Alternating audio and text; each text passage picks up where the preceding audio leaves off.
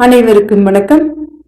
சித்தரஞ்சனி அத்தியாயம் 8 மற்றும் 9. கௌதமி புத்திரன் தோளை பிடித்து தனது இடது கையால் திருப்பி வலது கை குருவாலால் அவனை வெட்டி போட ராட்சதன் போன்ற சத்ருபன் தனது உலக்கை கையை ஊங்கியதுமே சாதவாகன வாலிபன் அழிந்தான் என்றே எண்ணி மிதமின்றி அச்சத்திற்கு ஆளான சித்தரஞ்சனி அடுத்த வினாடியே விவரிக்க முடியாத அளவிற்கு வியப்பையும் பிரமிப்பையும் அடைந்தாள்.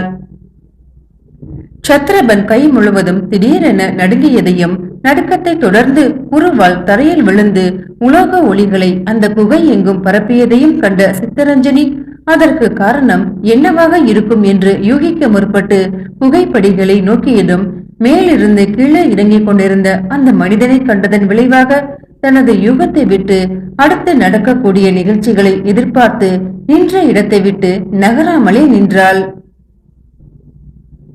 புகைப்படிகளில் மேலிருந்து கீழே இறங்கி வந்த மனிதன் கௌதமி புத்திரனை கொல்ல முயன்ற சத்ரபனை விட அதிக உயரமானவனாக தெரிந்தாலும் வீண் சதை பிண்டமாக இராமல் தேவையான அளவிற்கு சதை பிடித்து பொது பார்வைக்கு சத்ரபனை விட சற்று இழைத்தவனாகவே காட்சியளித்தாலும் அவனிடம் ஒரு தோரணை இருந்தது. நடையில் நிதானமும் கம்பீரமும் தெரிந்தன.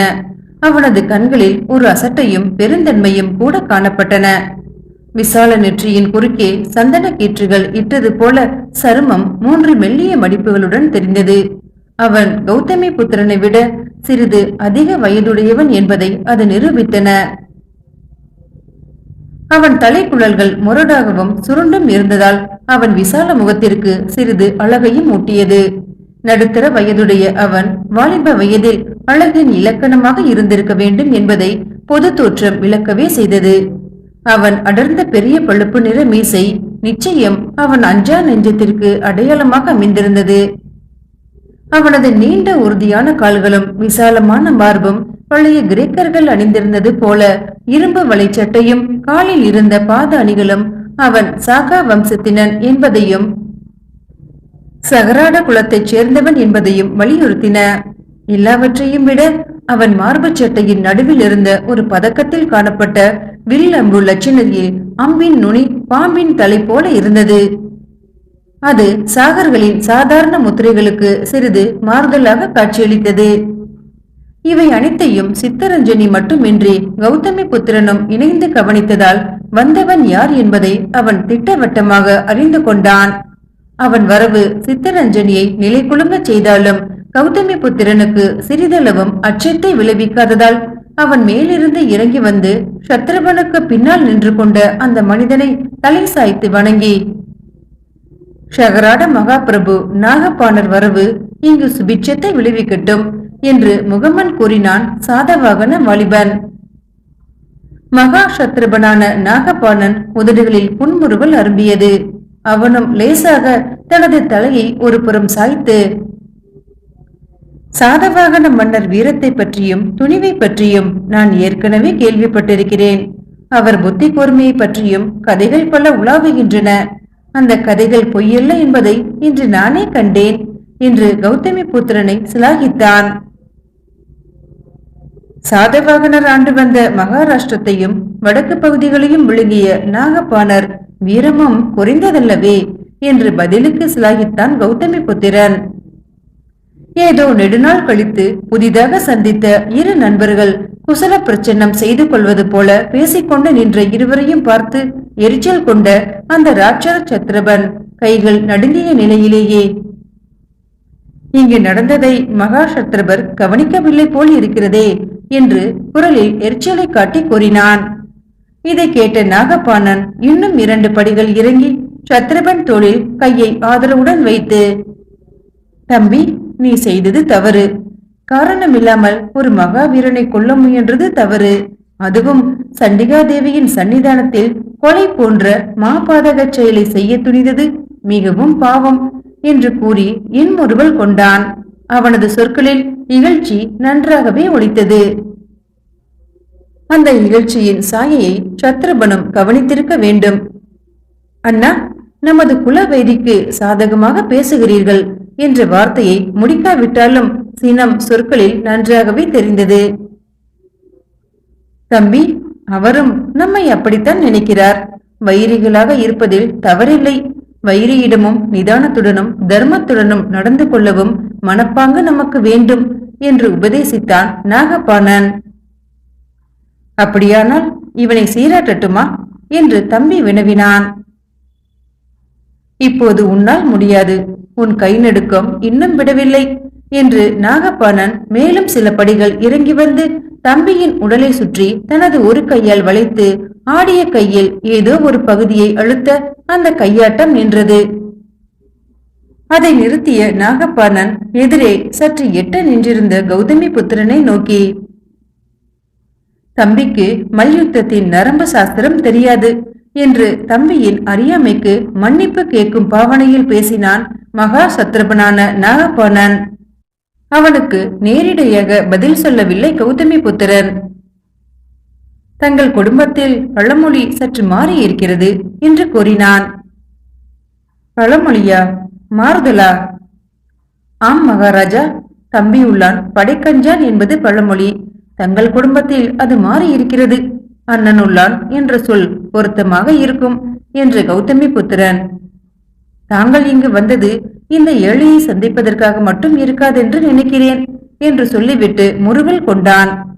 இதை கேட்ட நாகபாணன் எதிரியின் முறுவலை கண்டு சீற்றம் கொள்ளவில்லை. தவறு சாதவாகனா, உன்னை காணவே இங்கு வந்தேன். நீ இங்கு வர புறப்பட்ட அன்றே எனக்கு செய்தி வந்தது.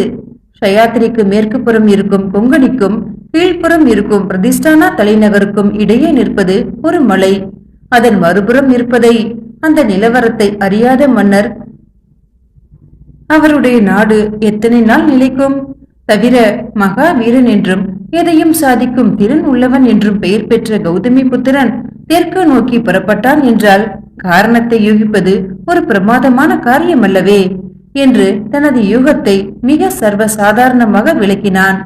அதற்கு மேல் விவாதிக்க இஷ்டப்படாத நாகபாணன், சாதவாகன மகாராஜாவை சகல மரியாதைகளுடன் எங்கள் இருப்பிடத்திற்கு அழைத்துச் செல்ல விருப்பப்படுகிறேன். உங்களை அழைத்து வர தம்பி மகள் இருக்கிறாள் என்று கூறிய நாகபாணன், சித்தரஞ்சனி, சாதவாகன மகாராஜாவை நமது இருப்பிடத்திற்கு அழைத்து வருவது உனது பொறுப்பு என்று சொல்லி சட்டென்று திரும்பி மீண்டும் படிகளில் ஏறலானான்.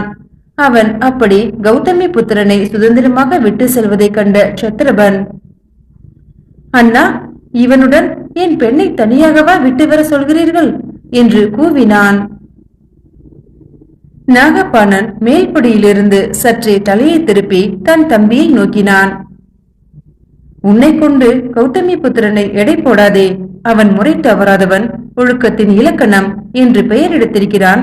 நீ பேசாமல் வா என்று சற்று கடுமையுடன் கூறிவிட்டு படிகளில் ஏறி சென்று விட்டான். சத்ரபன் சில நிமிடங்கள் சிந்தனை வயப்பட்டு அண்ணனை தொடராமலே நின்றான். பிறகு தன்னைத்தானே சமாதானப்படுத்திக் கொள்பவன் போல தலையை அசைத்துவிட்டு தனது ராட்சத வெள்ளிகளை கௌதமி புத்திரன் மீது திருப்பி, சாதவாகனா, என் பெண்ணுக்கு ஏதாவது தீமை நேர்ந்தால் உன்னை கண்டந்துண்டமாக வெட்டி அஞ்சன்வேல் நதியின் முதலைகளுக்கு போட்டு விடுவேன் என்று எச்சரித்துவிட்டு படிகளில் ஏற முற்பட்டான்.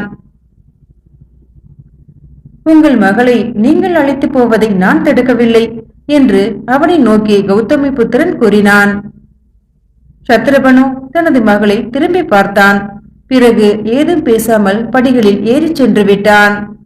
தனிமையில் விடப்பட்ட சித்தரஞ்சனியும் கௌதமி புத்திரனும் ஒருவரை ஒருவர் சில நிமிடங்கள் பார்த்து கொண்டே நின்றார்கள். அந்த வாலிபனின் அழகும் வீரமும் கலந்த வதனத்தையும் நீண்ட கைகளையும் விசால மார்பையும் நின்ற தோரணையில் இருந்த கம்பீரத்தையும் நன்றாக பார்த்தாள் சித்தரஞ்சனி. பிறகு துன்ப பெருமூச்சு விட்டாள். குகையில் அதுவரை நடந்த நிகழ்ச்சிகள் பலவற்றுக்கு காரணம் புரியவில்லை கௌதமி புத்திரனுக்கு. எந்த சித்தரஞ்சனியை நெருங்கியதற்காக தன்னை சத்ரபன் கொல்ல முயன்றானோ அதே சித்தரஞ்சனியை அண்ணன் உத்தரவால் தன்னிடம் எப்படி ஒப்படைத்து போக தம்பி ஒப்புக்கொண்டான் என்று சிந்தித்தான் அந்த வாலிபன். தவிர எந்த தைரியத்தை கொண்டு தன்னை அழைத்து வர சொல்லி நாகபாணன் சித்தரஞ்சனிக்கு உத்தரவிட்டான் என்றும் எண்ணி பார்த்தான். ஒருவேளை தான் போக மறுத்தால் அபலையான சித்தரஞ்சனியால் என்ன செய்ய முடியும் என்றும் தன் சிந்தையை ஓட்டி பார்த்தான். இதில் தன் சிந்தனைக்கும் எட்டாத ஏதோ ஒரு மர்மம் இருப்பதை புரிந்து கொண்டாலும் அதை பற்றி திட்டமாக தெரியாததால் சித்தரஞ்சனியை விசாரிக்கலாம் என்று அவளை நோக்கினான். அவளோ தலை குனிந்து நின்று கொண்டிருந்தாள். சண்டிகா தேவியின் முன்பு அவள் ஏற்றி வைத்த விளக்கு வெளிச்சத்தில் அவள் வெள்ளை துகில் பெரிதும் பளபளக்க ஏதோ தெய்வ மங்கை போல அவள் விளங்கினாள். நல்ல வெண்மை பெற்ற அவளது சங்க கழுத்தின் மீது விளக்கின் பொன்னிற ஜோதி விழுந்ததால் அந்த கழுத்து பழுப்பு தந்தத்தை போல சிறிது நிறம் மாறி இருந்தது. அவளது ஆடை மிக மெல்லியதாக இருந்ததால் அது தந்த அவள் மேனியின் விளக்கம் கௌதமி புத்திரன் சித்தத்தை அள்ளிச் சென்றது. தலை குனிந்து நின்றதால் அவள் மேலாடை இடைவெளி கொடுத்ததன் விளைவாக உட்புறம் சிறிய கச்சையை மீறி நின்ற அழகிய மார்பு முகடுகள் அவனை பைத்தியமாக அடித்துவிடும் போல் இருந்தன. சிற்றிடையில் இறுக கட்டியிருந்த ஆடையால் சற்றே கண்ணி காணப்பட்ட சர்ம பகுதி அந்த வாலிபன் அனுதாபத்தை கிளறியதா அல்லது ஆசையை கிளறியதா என்று புரியாத ஒரு நிலையை அடைந்தான் கௌதமி புத்திரன். இத்தனைக்கும் அவள் கால்களில் புகுந்த சேலை கால்களில் திண்ணிய பரிமாணத்தை எடுத்து காட்டவே செய்ததால் அவன் மனம் கலங்கி மெல்ல அவளை அணுகி பெண்ணே என்று மெதுவாக அழைத்தான். அப்பொழுதும் அவள் அவனை தலை நிமிர்ந்து பார்க்கவில்லை. அவன் அவளை அணுகி அவளது சிற்றிடையில் ஒரு கையை வைத்த போதும் சில என நின்றாள். இன்னொரு கையால் அவளது தலையை மெதுவாக தூக்கி அவள் கண்களை நோக்கினான். கண்களில் அச்சம் நிரம்பி இருந்தது. அவளது செம்பருத்தி இதழ்கள் லேசாக துடித்தன. அடுத்த வினாடி அவள் திடீரென செயல்பட்டாள். அவள் கைகள் எழுந்து அவன் கழுத்தை இறுக்கி கீழ் நோக்கி இழுத்தன. அவள் இதழ்களுடன் இழைந்தன. பிறகு அவை சிறிது பின்வாங்க, எனக்கு ஒரு உதவி செய்வீர்களா என்று அவள் இதழ்களை அசைத்து கேட்டாள். என்ன உதவி? எதுவாக இருந்தாலும் செய்ய வேண்டும். உங்கள் வாளின் மீது ஆணையிடுங்கள். என் சொல்லே ஆணைதான். அவள் சிறிது மௌனம் சாதித்து பிறகு மிக மெதுவாக, கௌதமி புத்திரா, என்னை இப்பொழுதே இந்த சந்நிதியிலேயே சண்டிகா தேவி முன்பு திருமணம் செய்து கொள், மறுக்காதே என்று கூறினாள். இப்படி ஒரு திருப்பம் ஏற்படும் என்பதை சொப்பனத்திலும் நினைக்காத கௌதமி புத்திரன் சித்தரஞ்சனியின் பூவுடலை அப்படியே தனது கைகளில் வாரி எடுத்துக் கொண்டான். குகை வாயிலை மூடிவிட்டு வாருங்கள் என்று அவள் தனது கன்னத்தை அவன் கன்னத்துடன் இழைத்து காதுக்கருகில் செய்தி கூறினாள். அப்படி அவள் சொல்லிக் கொண்டிருக்கும் போதே குகை வாயில் சிறிதும் சத்தமின்றி தானாகவே மூடிக்கொண்டது. மகா சத்ரபனும் மகாராஷ்டிரத்தையே ஆக்கிரமித்து தனது ஆட்சிக்குள் கொண்டு வந்து விட்டவனும் மகாவீரன் என்று பெயர் பெற்றவனுமான நாகபாணன் தன்னை அழைத்து வரும் பொறுப்பை சித்தரஞ்சனியிடம் ஒப்படைத்துவிட்டு தம்பியுடன் சென்று விட்டதையும் அதற்கு பிறகு குகைக்குள் அடியோடு மாறிவிட்ட நிலையையும் எண்ணி பார்த்த கௌதமி புத்திரன் பல விஷயங்களுக்கு விடை காணாமல் தவித்தான். தன்னை மணக்கும்படி அவள் வெளியிட்ட கோரிக்கைக்கு பிறகும் குகையின் சம்பவங்கள் இயற்கைக்கு முற்றிலும் மாறாக இருப்பதை எண்ணி பார்த்த கௌதமி புத்திரன் சிறிது குழப்பத்திலேயே இருந்தான். சித்தரஞ்சனி குகை வாயிலை மூடிவிட்டு வரும்படி தன்னை கேட்டுக் கொண்டதையும் அவளது எண்ணத்திற்கு இசைவது போல குகை வாயிலும் சத்தம் போடாமல் மூடிக்கொண்டதையும் கவனித்த சாதவாகனன் குகை தானாக மூடிக்கொள்ளவில்லை என்பதையும் யாரோ வேண்டுமென்றே மூடியிருக்க வேண்டும் என்பதையும் சந்தேகமற புரிந்து கொண்டான். அப்படி யாராவது மூடியிருந்தால் அது யாராக இருக்கும் என்ற சிந்தனையிலும் இறங்கி சித்தரஞ்சனியை தழுவிய கைகளை அகற்றாமலே, சித்தரஞ்சனி, குகை வாயிலை இங்கிருந்தே மூட விசை ஏதாவது இருக்கிறதா என்று வினவினான். இல்லை, குகையை மூட இங்கு விசை எதுவும் கிடையாது என்று மிக மெதுவாக சொன்னாள். அப்படி அவள் பதில் சொன்ன போது அவளது தேகம் நடுங்கியதால் அதை சற்று தனது உடலுடன் அழுத்தி பிடித்த சாதவாகனன், அப்படியானால் யாரோ அதை மூடி இருக்க வேண்டும் என்று அவள் காதற்கருகில் கூறினான். உணர்ச்சியின் சுழற்சியில் சிக்கி இருந்த சித்தரஞ்சனி தனது மார்பு மீது தவழ்ந்து கொண்டிருந்த அவனது கரங்களை தனது கைகளால் பற்றி அழுத்திய வண்ணம், ஆம் என்றால் மிக மெதுவாக. மூடியது உன் தந்தையாக இருக்குமா அல்லது உங்கள் வீரர்கள் யாராவதாக இருக்குமா? என்னை சேர்ந்தவர்கள் யாரும் இதை செய்ய துணிய மாட்டார்கள். ஏன் அப்படி திட்டமாக சொல்கிறாய்? அவளை பிடித்து தன்னை நோக்கி திருப்பி அவள் விழிகளை நோக்கினான். அவள் விழிகளோ மூடி கிடந்தன. நேராக திருப்பப்பட்டதாலும் கைகளால் இறுக்கப்பட்டதாலும் அவள் கால்கள் அவனது கால்களுடன் அழுந்தி இழைந்தன. அவள் மூச்சு பெருமூச்சாக வந்து உதடுகள் லேசாக துடித்தன. அவளை வளைத்திருந்த கைகளில் ஒன்றை முன்புறமாக கொண்டு வந்த கௌதமி புத்திரன் அவள் மோவாய் கட்டையை சிறிது கைகளால் தூக்கிவிட்டு சற்றே குனிந்து அவளது பங்கைய கண்களை தனது உதடுகளால் தீண்டினான். பிறகு சற்று மீண்டு அந்த கண்களை தனது கை விரல்களால் பிரிக்க முயன்று, கண்களை விழித்து பார் சித்தரஞ்சனி என்று சொல்லவும் செய்தான். முடியாது என்பதற்கு அடையாளமாக அந்த மறுப்பு ஒளியை எழுப்பினாள் பைங்கிலி. ஏன், என்னை பார்க்க விருப்பமில்லையா? விருப்பமில்லாமலா இப்படி என்று கண்களை மூடியபடியே அவள் பேசினாள். சித்தரஞ்சனியை மெல்ல எழுப்ப முற்பட்ட சாதவாகனன் அவளது உடலை அசைத்து, சித்தரஞ்சனி, கண்களை திறந்து பார், நாம் பேச வேண்டியது இருக்கிறது, துரிதமாக செயல்பட வேண்டியதும் இருக்கிறது என்று கூற அவள் மெதுவாக கண்களை திறந்தாள். சாதவாகனின் காந்த கண்கள் அவள் விழிகளை கவர்ந்து நின்றன. அந்த சில நிமிடங்களில் சுய உணர்வை வரவழைத்துக் கொண்ட கௌதமி புத்திரன், துரிதமாக விளைந்துவிட்ட பல நிகழ்ச்சிகளுக்கு எனக்கு காரணம் புரியவில்லை சித்தரஞ்சனி, நீதான் அதை விளக்க வேண்டும் என்றவன், நான் இங்கு வரப்போவதை நீ முன்பாகவே யூகித்திருக்க வேண்டும் என்று கூறினான். அவன் விழிகளிடமிருந்து தனது விழிகளை நீக்காமலே அவள் பதில் கூறினாள், ஆம், யூகித்தேன். என்னை ஓடிவிடும்படி செய்தி எழுதியிருந்தாய். ஆம், ஆனால் சொல். நீங்கள் ஓட மாட்டீர்கள் என்பது எனக்கு தெரியும். இங்கு வருவேன் என்பதும் தெரியுமா உனக்கு? தெரியும்.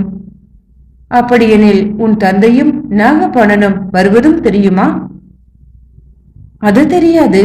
நாகபாணர் இங்கு வந்தது நானே முற்றிலும் எதிர்பாராத நிகழ்ச்சி. உன் தந்தை என்று ஏதோ பேச துவங்கிய சாதவாகனனை சற்று துரிதமாகவே இடைமறித்த சித்தரஞ்சனி, அவர் என் தந்தை அல்ல என்று ஒரு வெடியை எடுத்து வீசினாள். இது கௌதமி புத்திரனுக்கு ஒரு புதிய கதையாக இருக்கவே அவன் தனது மடியில் இருந்த சித்தரஞ்சனியை தூக்கி பக்கத்தில் அமர வைத்துக் கொண்டு, ஆனால் சத்ருகன் உன்னை மகள் என்று அழைத்தானே. வளர்த்தது அவர்தான், பெற்றது யாரோ தெரியாது. அப்படியெனில் உன்னை எங்கிருந்து எடுத்து வந்தார்? சிந்து நதி கரையில் ஒரு மரத்தடியில் நான் கிடந்ததாக சொன்னார். இதை கேட்ட கௌதமி புத்திரன் நீண்ட நேரம் சிந்தனையில் ஆழ்ந்தான். உன்னை அவன் அன்று கடற்கரையில் அறைந்ததற்கு இப்போது காரணம் புரிந்தது. சொந்த மகளை எந்த தந்தையும் அப்படி அடிக்க மாட்டான் என்று தனக்குத்தானே சொல்லிக் கொண்ட சாதவாகனன், உன்னை மனம் புரிந்து கொள்ளும்படி கேட்டாயே? ஆம், கேட்டேன். முன்பின் தெரியாதவனை எப்படி திருமணம் செய்து கொள்ளும்படி கேட்டாய்? நீங்கள் ஒன்றும் முன்பின் தெரியாதவர் அல்ல. உங்களை பற்றி சாகர்கள் வட்டாரங்களில் சதா பேசப்படுகிறது. தவிர இங்கேயே உங்களை பலமுறை நான் பார்த்து விட்டேன். அது போதுமா திருமணத்திற்கு? போதும். தவிர எனக்கு கணவனாக நீங்கள் என்னுடன் வந்தால் உங்களை என் தந்தையோ மகா சத்ரபரோ எதுவும் செய்ய இயலாது. சத்ரபர் மருமகனை தொடக்கூட யாரும் துணிய மாட்டார்கள் என்றாள் சித்தரஞ்சனி. அதை கேட்டு சற்று சிந்தித்த சாதவாகனன் லேசாக நகைத்து, என் உயிரை காப்பாற்ற என்னை மனம் செய்து கொள்ள நினைக்கிறாயா என்று நகைப்பின் ஊடே வினவினான். அதுவும் ஒரு காரணம். ஆனால் அது மட்டும் காரணமல்ல. சந்தேகம் இருந்தால் என் இதயத்தை கேளுங்கள் என்று கூறிய சித்தரஞ்சனி அவனது வலது கையை எடுத்து தன் மார்பு மீது வைத்துக் கொண்டாள். உன் இதயம் கைக்கு செய்தி சொல்ல முடியாது என்றான் சாதவாகனன். இருப்பினும் பதிந்த கையை எடுக்காமலே. சித்தரஞ்சனி, உன்னை அழைத்து வருவதாக என் தாயிடமே நான் சபதம் செய்துவிட்டுதான் வந்திருக்கிறேன். ஆகவே திருமணத்திற்கு அதிக தடை இருக்காது. ஆனால் கௌதமி புத்திரன் உயிரை காப்பாற்றிக் கொள்ள திருமணம் செய்து கொண்டான் என்ற அவப்பெயர் கூடாது என்று கூறியவன், சரி வா போகலாம் என்று அவள் கையை பற்றி அழைத்தான். எங்கே என்று திகிலுடன் கேட்டாள் சித்தரஞ்சனி. நீ என்னை அழைத்துச் செல்லும் இடத்திற்கு. நான் எங்கு அழைத்துச் செல்ல வேண்டும்? சற்று குழப்பம் இருந்தது அவளது குரலில். என்னை எங்கு அழைத்து வரும்படி மகா சத்திரபர் உத்தரவிட்டிருக்கிறாரோ அந்த இடத்திற்கு. அங்கு உங்களுக்கு அபாயம் காத்திருக்கிறது. அதை பற்றி கவலைப்படாதே என்று கூறிய கௌதமி புத்திரன் அவளது கையை பற்றி அழைத்துக் கொண்டு சண்டிகா தேவி முன்பு மண்டியிடச் சொல்லி தானும் மண்டியிட்டு வணங்கினான். அப்படி மண்டியிட்ட வண்ணம், தாயே சண்டிகா, இந்த பெண்ணை நீதான் காப்பாற்ற வேண்டும். பெரிய ஆபத்தில் இருக்கிறாள் என்று சற்றே இறைந்தே பிரார்த்தனை செய்தான் அவன். அந்த பிரார்த்தனைக்கு காரணம் அவளுக்கு புரியவில்லை. தனக்கு ஆபத்து ஏற்பட காரணம் ஏதுமில்லை என்பது அவளுக்கு தெரிந்தே இருந்ததால் அவளுக்கு அவன் பிரார்த்தனை செய்ததே பெரு வியப்பை தந்தாலும் அதை அவள் வெளியே காட்டிக்கொள்ளவில்லை. சண்டியை வணங்கிய நிலையில் இருந்து அவன் எழுந்ததும் அவளும் உடன் எழுந்தாள். அவன் படிகளில் ஏறி சென்ற போது அவளும் ஏறி சென்றாள். புகை வாயிலை மூடியிருந்த பாறைக்கு வந்ததும் கௌதமி புத்திரன் தனது கச்சையில் இருந்த கட்டாரியை எடுத்து இருமுறை அந்த பாறை மீது தட்டினான். அடுத்து அந்த பாறை மெதுவாக நகர்ந்து சந்திர வெளிச்சம் உள்ளே புகுந்தது. அந்த ஒளி வீச்சு உடலை தழுவ வெளியே வந்த கௌதமி புத்திரன் சித்தரஞ்சனியையும் கை கொடுத்து மேலே தூக்கிவிட்டான். வெளியே வந்ததும் புகை வாயிலை மூடிவிட்ட சாதவாகனன், சித்தரஞ்சனி, நீ முன்னால் செல். அஞ்சன் மேல் நதியின் முகத்துவார கரையில் படகு ஒன்று நின்று இருக்கும். அதில் ஏறிக்கொள். அந்த படகு செல்லும் இடத்திற்கு செல். நீ மகா சத்திரபரை சந்தித்ததும் அவரை நான் மரக்களத்தில் சந்திப்பதாக கூறு என்றான். மரக்களமா என்று வியப்படைந்தாள் சித்தரஞ்சனி. அவளை கையை பிடித்து அழைத்துக் கொண்டு நல்ல பாறையின் உச்சிக்கு சென்று, இப்போது கடலை பார் என்றான் கௌதமி புத்திரன். உடனே சித்தரஞ்சனி கடலை திரும்பி நோக்கினாள். அது பெரிய மரக்கலம் ஒன்று அலைகளில் அசைந்து கொண்டிருந்தது. அதை கண்டு பிரமித்த சித்தரஞ்சனி, என்ன இது? எனக்கு ஏதும் புரியவில்லையே. இதை கேட்ட கௌதமி புத்திரன் லேசாக நகைத்தான். எனக்கு புரிகிறது என்று நகைப்பின் ஊடே சொல்லிவிட்டு, நீ செல், நான் உன்னை வெகு சீக்கிரம் சந்திக்கிறேன் என்று கூறினான். அவள் மெதுவாக நடந்து சென்றாள். அவள் போவதையே பார்த்து கொண்டிருந்த கௌதமி புத்திரன், பாவம் அவளை, பெரிய சூழ்ச்சிக்காரர்கள் கையில் கைப்பாவை ஆகிவிட்டாள் என்று அவளுக்காக உள்ளூர வருந்தினான். அடுத்து பக்கத்தில் இருந்த புதரை நோக்கி, பூசாரி, வெளியே வாரும் என்றான். அதை கேட்டு நடுங்கிக் கொண்டே வெளியே வந்த பூசாரியிடம் ஏதோ ரகசியம் கூறினான். பூசாரியோ புரிந்ததற்கு அறிகுறியாக தலையை அசைத்தான். பிறகு தனது கிராமத்திற்கு செல்லும் பாதையில் விரைந்தான். அவன் செல்வதையே பார்த்து கொண்டு சில வினாடிகள் நின்ற கௌதமி புத்திரன் வெகு வேகமாக அந்த கடற்கரையின் முகப்பில் இருந்த பாறைகளை அடைந்தான். அவனது கண்ணெதிரே எழுந்த நிகழ்ச்சியால் அவன் வியப்படையவில்லை. சித்தரஞ்சனி இரு வீரர்களுக்கு இடையில் சிக்கி கிடந்தாள். அவளை ஏற்றிக்கொண்ட படகு அஞ்சன் வேலை நோக்கி விரையவில்லை. கடலில் ஆடி நின்ற அந்த மரக்கலத்தை நோக்கி விரைந்தது. மீண்டும் அடுத்த பதிவில் சந்திக்கலாம். நன்றி.